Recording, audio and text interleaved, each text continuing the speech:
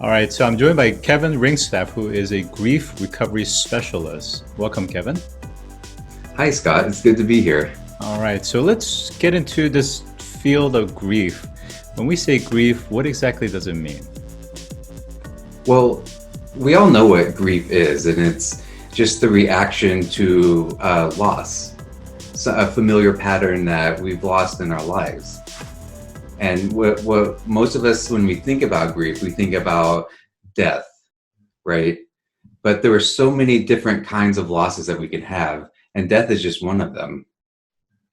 Yeah, that's a really great point because for those that are in quarantine around the world right now, at the time of this taping, it's early April, Hmm. is that one of the loss that some of the people in quarantine are feeling is this sense of freedom to Hmm. be able to actually go out and do the things that they're used to doing. Oh, Now, absolutely. coming back a little bit, maybe going backwards a little bit, just kind of in terms of setting the stage, why did you get into grief? Why is this an important field for you? Well, I got into grief about in 2015 or so from the loss of a pet of mine, Henry Fats Rothschild, a cat. And like when I lost him, there was nobody in my life that I felt that I could talk about that grief to. And so what I did was I just took all that grief and I just held on to it and pushed it down and that's just where it sat for a couple of years or so until I found out about the association of pet loss and bereavement. And I just started learning more and more about grief. I became a student of grief. And I've realized that so many people just hold on to grief because they don't know how to talk about it. They don't know how to find support. And like there's so many myths about grief, and that makes it so much more isolating. And especially in this time, you talked about the loss of freedom. And like if you're grieving during this time already before this pandemic hit, you're already isolated because of grief, and now you're double isolated because of the pandemic. And so there's just like so many layers about grief, and it just became so interesting because no one talks about it. Grief is one of those subjects that no one talks about in this country. Like we can talk about uh, death. Everyone talks about death and divorce. We can talk about religion and politics, but when it comes to grief, it's it's such a hard subject for so many people. Just sadness and grief. So, just to make it a little bit more concrete for viewers and listeners, walk me through kind of the process or the stages that's involved in a grieving process.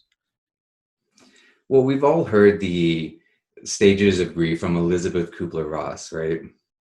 Uh, there, there are really no stages of grief.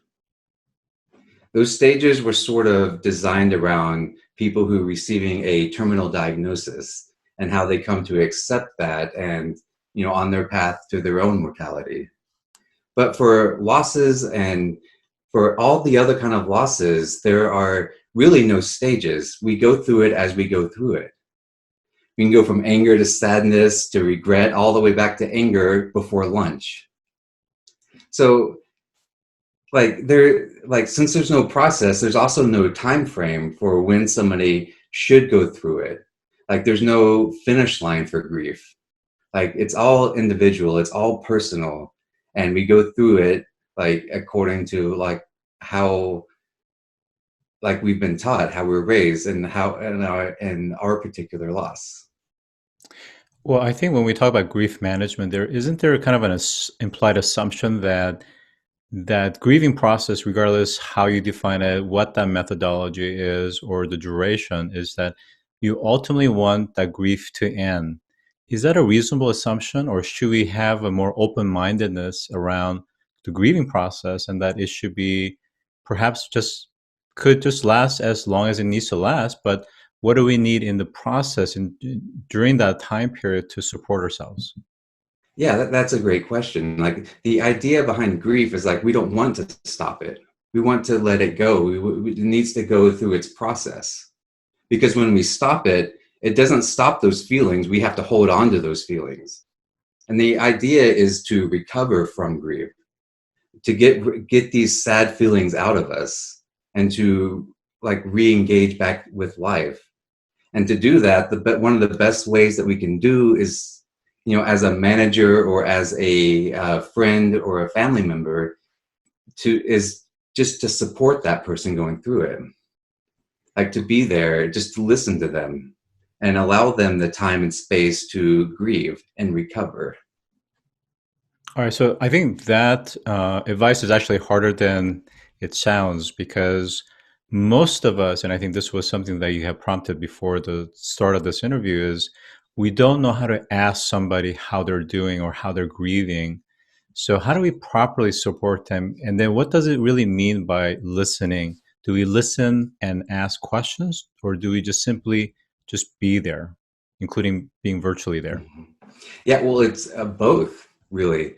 Like being there is so important, but it's like there's nothing really that we can say, right? There's nothing we can say to make it better, to bring back that loss. And the what one of the best things that we can do is just to, I'm so sorry for your loss, and just ask them how they're doing and listen.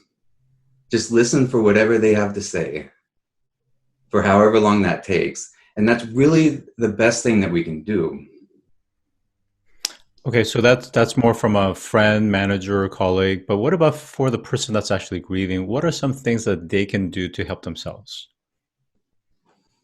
One of the best things that you could do is find support, find someone that you can talk with. And that might be challenging in this kind of day and age, and in this particular pandemic that we're going through.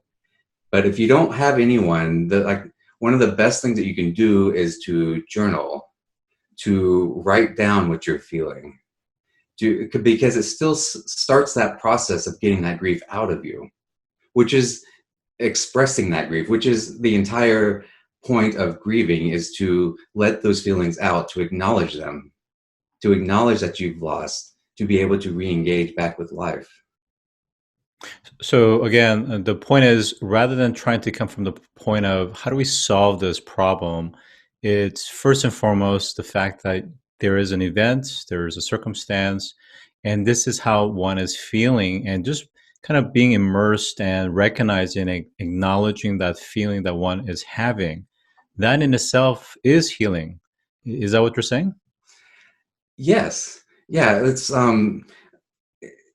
just acknowledging what we're going through. It's a very normal and natural reaction to loss. Everyone is going to have these kind of reactions in their entire life. And I don't really think of grief as a problem or something to overcome, because there are some losses in life that in some ways we never recover from. All right. Like, we're always going to be sad. We're always going to be thinking about it. But that doesn't mean we can't also be happy.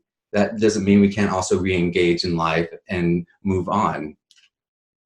All right, so I just want to make sure it's as practical for our viewers and listeners as well, is that, again, in the current context of COVID-19, where people are either concerned about, getting COVID-19, or they have someone that they know that has it, or in worst case, they know someone that has passed away from it.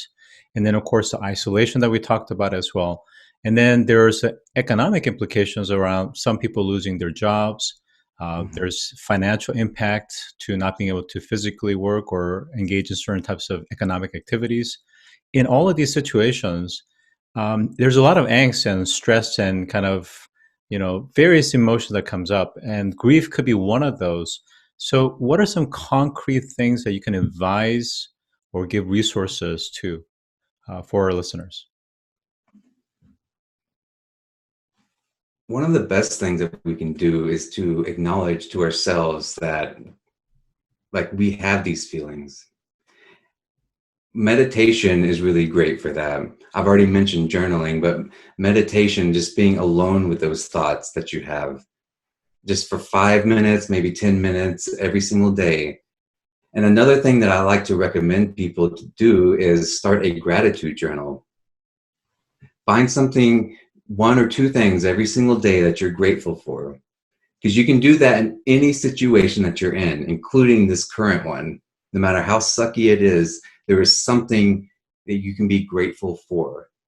And having that positive mindset, that gratitude will just build that mindset and just change the way that you think. All right, that's very practical. Thank you for that. All right, so we only have about a minute left. Tell us about PetCloud. What exactly does it do? And what can people expect if they work with PetCloud? Yeah, I started PetCloud as a way for grieving pet owners to have a community of support. And every Sunday on PetCloud, I have free chat rooms for anyone going through loss. And these are virtual chat rooms, sort of like what we're doing now, like on Zoom. Like anyone from anywhere can just come on and find support if they need it. And during the week, we have other more focused groups for people who want more specialized support and help getting through that process. All right, terrific. So Kevin, if people want to learn more about PetCloud and some of your work, where can they go? PetCloud, the website is petcloud.pet.pet, and you can find more about me and my work at kevinringstaff.com. All right, so with that, I've been joined by Kevin Ringstaff, who is a grief recovery specialist. Thank you for joining today. Hey, thank you so much for having me, and I wish you all the best.